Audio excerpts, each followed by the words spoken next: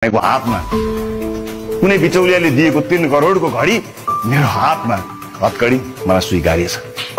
अर्को कुरा संगठित अपराधको कुरा गरिएको रहेछ। सरकारले मैले संगठित अपराधमा संलग्न भएको देखेछ। हो, संगठित अपराधमा रहेछु म। विदेशमा अलपत्र परेका चेलीहरूलाई बचाएर ल्याउने संगठित अपराधमा रहेको रहेछु म। अलपत्र परेका दाजुभाइहरूलाई देशमा ल्याउन र विदेशमा उहाँहरूलाई कुनै न कुनै सेवा दिने संगठित अपराधमा संलग्न रहेछु म। बाढीले बगाएको बस्ती बनाउने संगठित अपराधमा सहभागी भएको रहेछु म। दुर्गममा अस्पताल बनाउने संगठित अपराधमा संलग्न भएको रहेछु म। दिनदिनै गरिब दिनदुखी जनताको रिपोर्टिङ गरी समाचार बनाई प्रस्तुत गर्ने त्यो सिङ्गो समय, त्यो 5-7 वर्षको समय म यिनै संगठित अपराधहरूमा लागेको थिएँ। यत्रो अपराध गर्ने मलाई संगठित अपराधमा हुन सके जति सजाय दिनुपर्छ। कानुन छैन भने कानुन सच्याएर पनि दिनुपर्छ। म तयार छु। मलाई विश्वास छ आम नागरिकहरूले न्याय दिनुहुनेछ।